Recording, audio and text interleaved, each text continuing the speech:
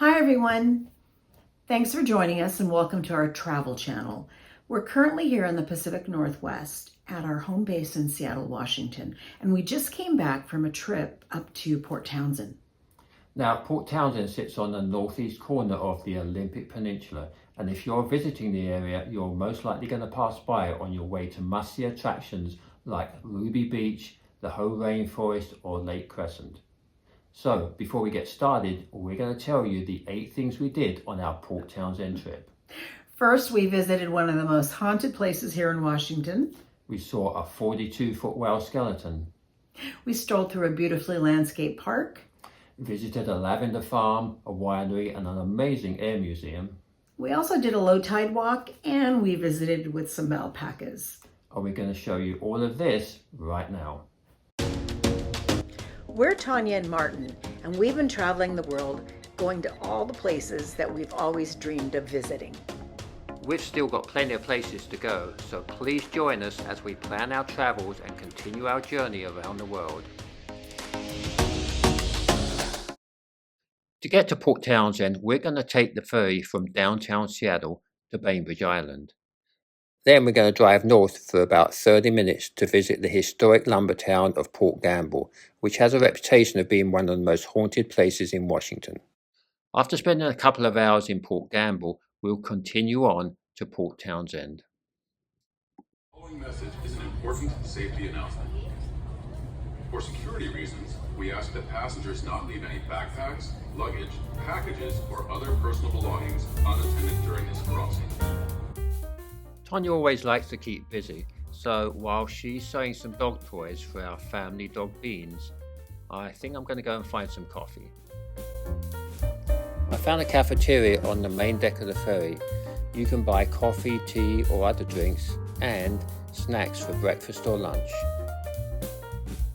After 35 minutes of sailing, we arrived at Bainbridge Island. You don't need a car to ride the ferry. You can board as a passenger for just $10 round trip, which makes it a very affordable day trip from Seattle.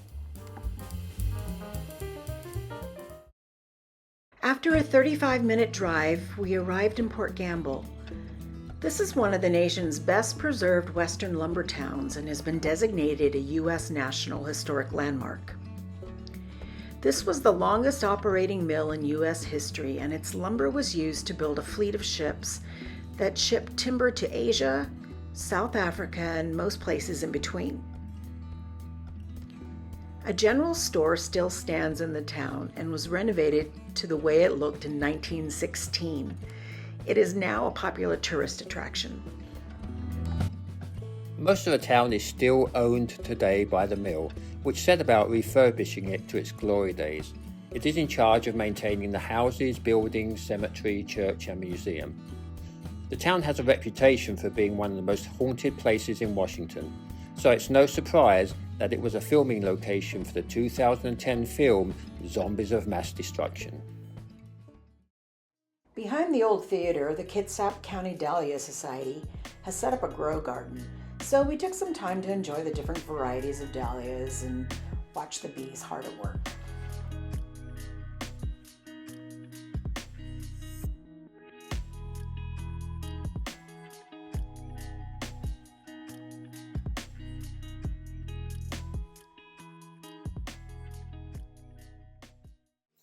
Port Townsend is a beautiful small town set against the backdrop of the Olympic Mountains, the Strait of Juan de Fuca, and Port Townsend Bay.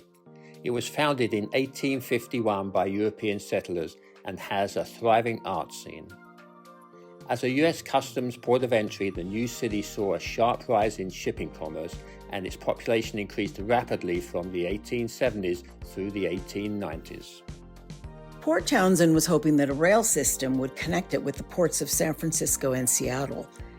The plan was to create the New York of the West, but those dreams came crashing down in 1893 with a national economic crisis.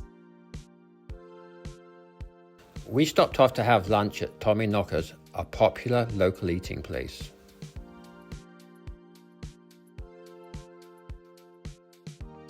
We went to see a 42-foot grey whale skeleton named Gunther.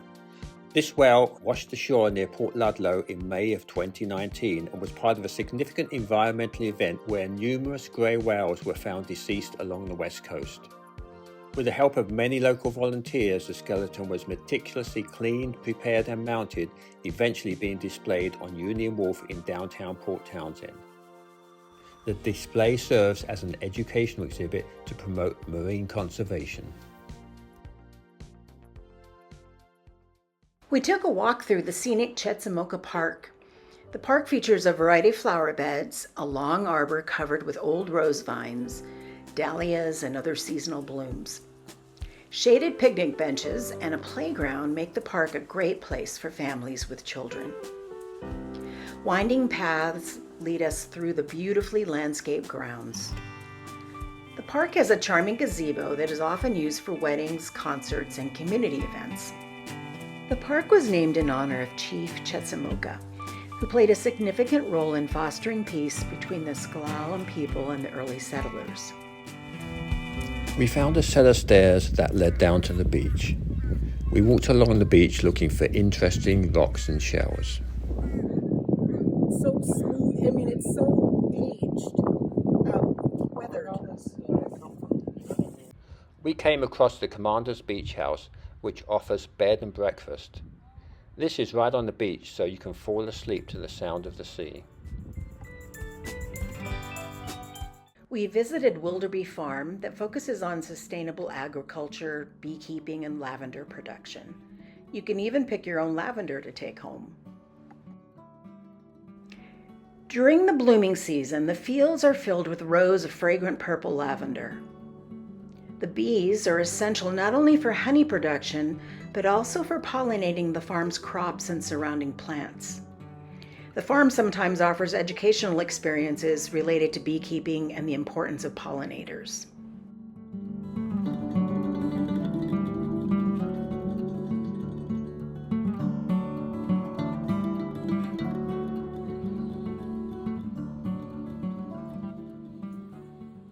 We're running 4,200 homes right now, and they travel. So they'll get moved around. Right now they're in Oregon. They're just getting done in Oregon, finishing up the meadowfoam pollination services. And the meadowfoam, it's a small white flower. You'll see oceans of it in Oregon. They grow it primarily for the cosmetics industry, for the oil in it, but it makes fantastic honey. It's mostly marshmallow.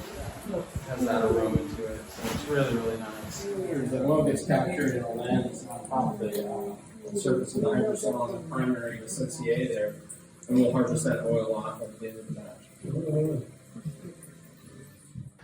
Before we left the farm, we dropped in on the goats.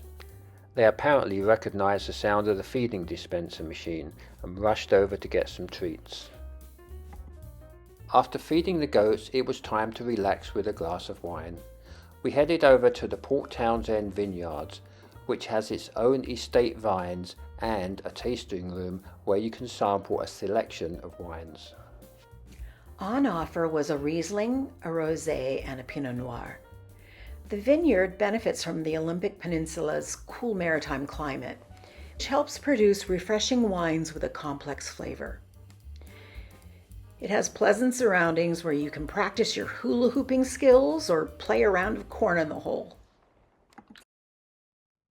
The next day we went to the Jefferson County International Airport. The airport houses an amazing air museum. The museum has an impressive collection of vintage aircraft, primarily from the 1920s to 1940s. The collection includes a variety of classic aeroplanes, many of which are still airworthy. It offers visitors a chance to explore a fascinating collection of meticulously restored planes, while also providing educational opportunities for young people interested in aviation. One of the local residents was selling his classic car that he had owned and worked on for 2 decades. This car has won many competitions and he wanted to pass it on to a dedicated new owner. The price was $85,000, with $5,000 being donated to the museum. The museum is well known for its high-quality restoration work, which takes place in the hangar next to the museum. Many of the aircraft on display have been carefully restored to their original condition by the museum's volunteers, including its youth participants. This attention to detail ensures that the planes are visually stunning and historically accurate.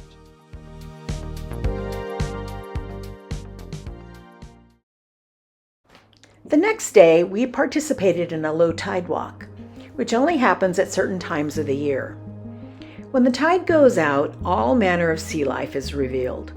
We carefully lifted up rocks and seaweed to explore the crabs and other wonderful creatures below.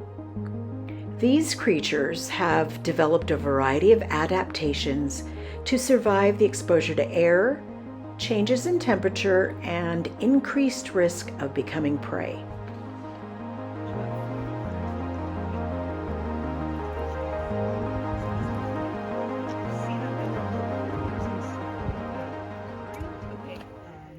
These plants will photosynthesize, and then nutrient exchange can happen through the blades as well.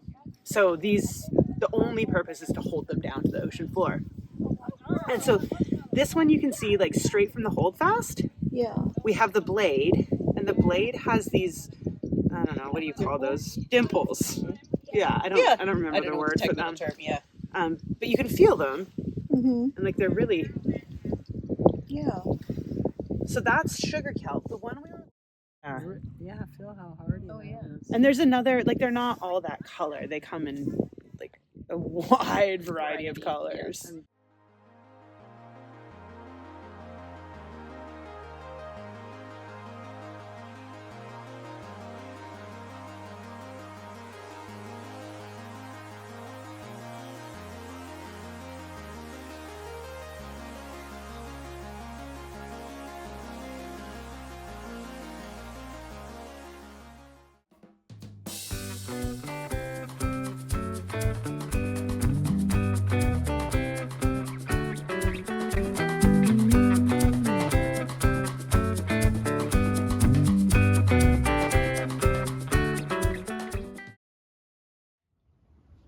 The alpacas Rico, Finn and Remy are local celebrities.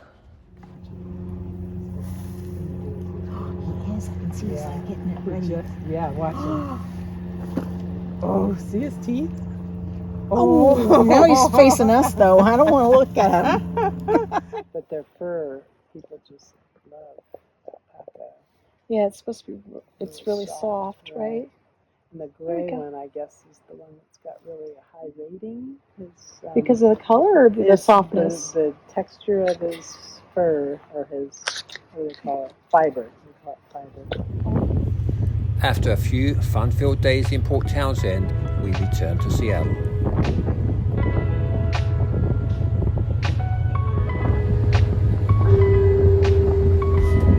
Your attention, please. We are now arriving at our destination.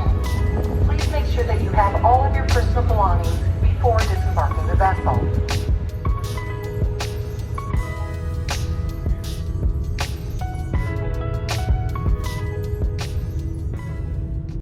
We hope you enjoyed seeing a small part of the Pacific Northwest with us.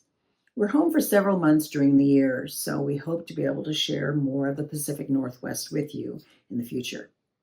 We stayed with friends while we were in Port Townsend, so we don't have any hotel recommendations for you.